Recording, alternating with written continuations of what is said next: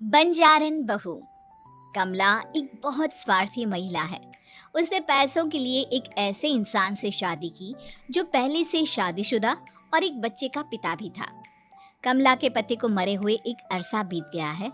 अब वो अपने सौतेले बेटे वैभव के साथ रहती है। वैभव के दिल में अपनी माँ को लेकर इतना डर है कि वो अपनी माँ के सामने एक शब्द नहीं बोल पाता। उसकी माँ जो कहती है उसको सर झुकाकर वही मानना पड़ता है। वैभव, तुमने अभी तक घर का काम क्यों नहीं किया? तुमसे कितनी बार कहा है कि सूरज निकलने से पहले तुम घर की साफ सफाई पूरी कर दिया करो। वैभव कुछ नहीं बोलता, चुपचाप सर झुकाए अपनी माँ की बात सुनता रहता है। तभी पास में खड़ा नौकर सुखराम कहता है, मालकिन, वैभव बाबा को रात से तेज बुखार है, इसलिए वो सुबह जल्दी उठ नहीं पाए। उनके बदले मैं घर की साफ सफाई कर देता हूँ। इसे कोई बुखार नहीं है। मैं इसे अच्छी तरह से जानती हूँ। ये सब काम न करने के बहाने हैं। सुखराम काका, बोल दो इसे, सारे घर का काम यही करेगा। और इससे समय पर अपना काम पूरा नहीं किया तो इससे आज का खाना भी नहीं मिलेगा। मगर मालकिन, वैभव बाबा की सच में ही तबीयत खराब है, आप एक बार देख तो लीजिए। कमला बिना कुछ बोले वहाँ से चली गई और बेचारा वैभव तेज बुखार में भी काम करता रहा। कमला वैभव की शादी एक ऐसी लड़की से कराना चाहती थी जो अनपढ़ हो और कमला से इसी तरह डरे जिस तरह वैभव डरता है, ताकि वैभव की सारी जायदाद और धन दौलत उसकी मुट्ठी में रहे। लेकिन आज के जमाने में ऐसी लड़की मिलना मुश्किल है। कमला कार में यही सब कुछ सोचती जा रही थी कि तभी रास्ते में, अरे ड्राइवर, तुमने कार क्यों रोक दी? और ये इतना शोर कैसा? मैडम, आगे कुछ बंजारों का खेल चल रहा है, इसलिए भीड़ लगी है। मैं अभी भीड़ को साइड में करवाकर कार निकालता हूँ। ड्राइवर भीड़ को साइड करके कार निकालने की कोशिश करने लगा कि तभी कमला की नजर रस्सी पर चल रही एक फुलवा नाम की बंजारन पर पड़ी। क्यों ना मैं इस बंजारन की शादी वैभव से करा दूं? ये तो अनपढ़ लग रही है, मेरे पैरों तले दबकर भी रहेगी। मुझे अभी इसके माँ बाप से बात करनी होगी। ये सोचकर कमला ने उन बंजारों से बात की और उन्हें शाम को अपने घर बुलाया। फुलवा के माता पिता वहाँ उसे लेकर आ गए। उन्होंने इतना आलीशान घर पहले कभी नहीं देखा था। अच्छा हुआ आप लोग आ गए। देखिए, मुझे घुमा फिरा कर बात करने की आदत नहीं है, इसलिए सीधे सीधे मुद्दे पर आती हूँ। मुझे आपकी बेटी बहुत पसंद है। मैं अपने इकलौते बेटे की शादी आपकी बेटी फुलवा से कराना चाहती हूँ। इसके बदले में आप जो चाहो वो ले सकती हैं। तभी फुलवा की माँ कहती है, ये क्या कह रही है मैम साहब? कहीं आप हमारी गरीबी का मजाक तो नहीं उड़ा रही ना? आप मेरे बेटे से मिल लो। अगर आपको मेरा बेटा पसंद आता है तो मैं कल से ही शादी की तैयारी शुरू कर दूंगी। सुखराम, सुखराम, वैभव को लेकर आओ। फुलवा अपनी माँ के कान में फुसफुसाती है, माँ, कहीं इस मेम साहब का छोरा पागल तो ना है?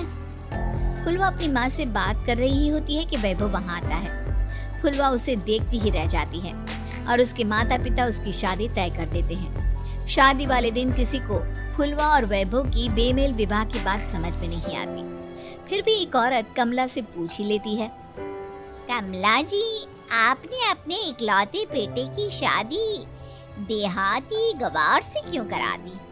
ये बंजारन आपके घर की बहू बनने लायक तो नहीं है।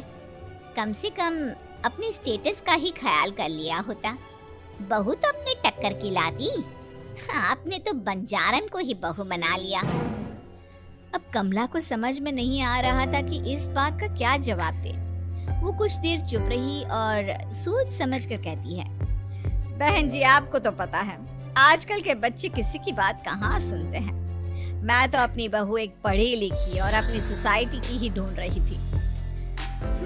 लेकिन मेरे बेटे ने मेरे सामने इस बंजारन को लाकर खड़ा कर दिया। बोला कि मैं शादी करूंगा तो इसी से। अब भला मैं क्या करती? मुझे अपने बेटे के सामने झुकना ही पड़ा। कमला की ये बातें सुखराम भी सुन रहा था। उसने ये सारी बातें वैभव को जाकर बता दी।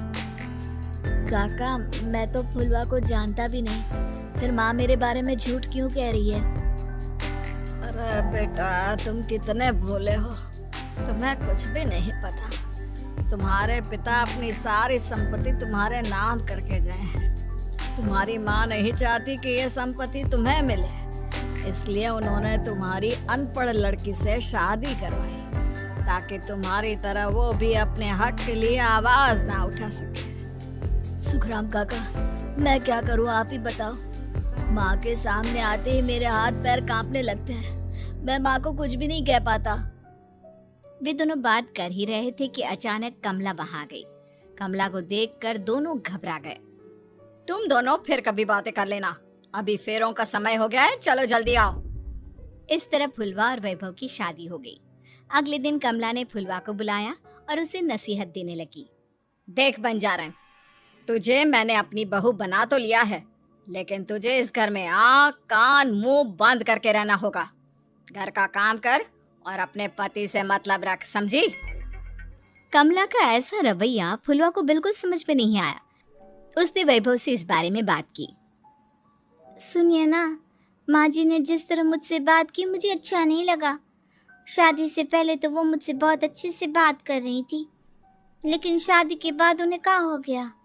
तुम ज्यादा मत सोचो, जैसा माँ कहती है वैसा ही करो।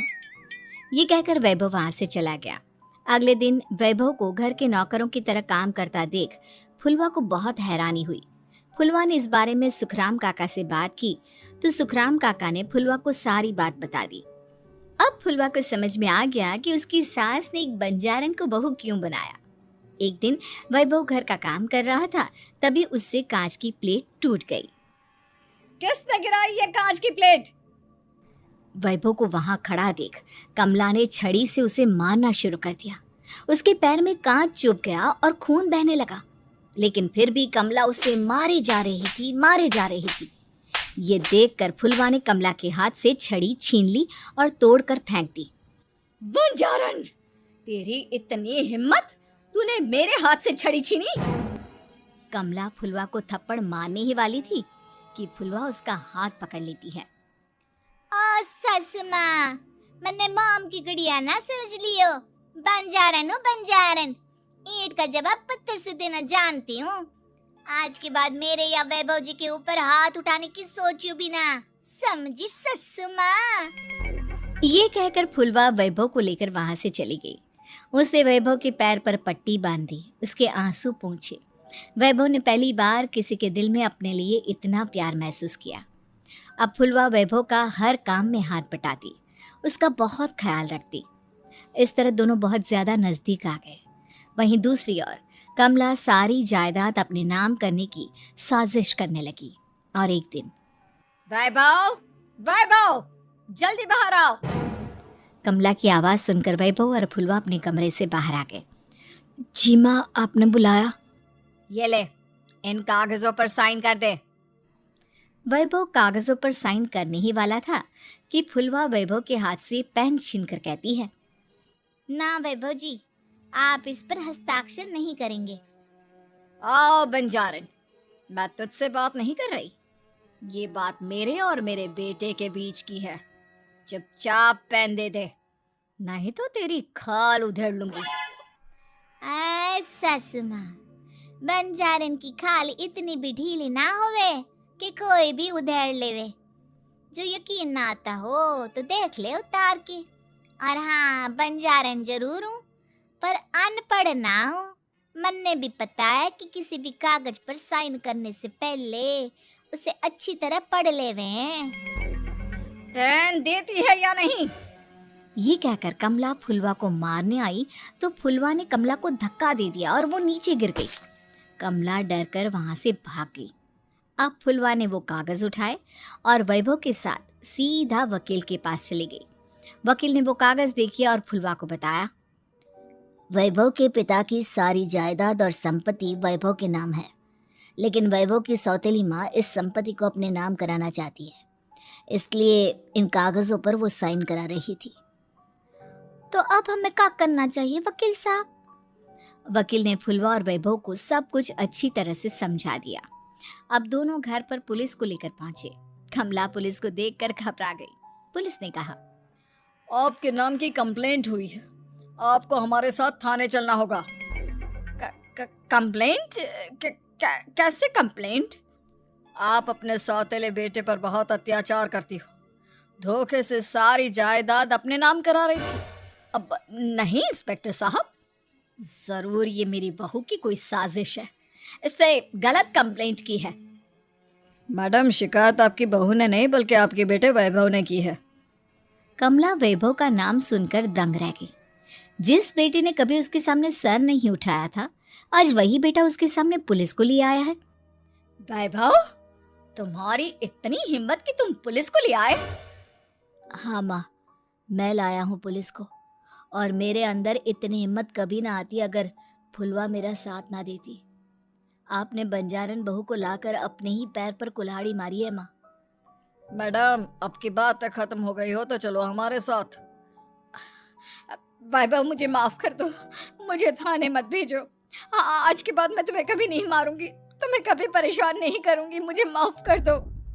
वैभव अपनी कंप्लेंट वापस ले लेता है और पुलिस वहां से चली जाती है। वैभव अपनी सौतेली माँ से कहता है, मैंने पुलिस को वापस तो भेज दिया है, लेकिन मैं आपको माफ नहीं कर सकता। आपने बचपन से आज तक कभी मेरे सर पर हाथ नहीं रखा, हमेशा मुझे मारती रही, नौकरों की तरह बर्ताव करती रही। आप इस घर में नहीं रह सकती, चली जाइए यहाँ से। कमला घर छोड़कर चली गई और सड़क किनारे खड़ी होकर सोचने लगी, काश मैंने वैभव को माँ की तरह प्यार किया होता तो आज मैं इस तरह से बेसहारा ना हो जाती।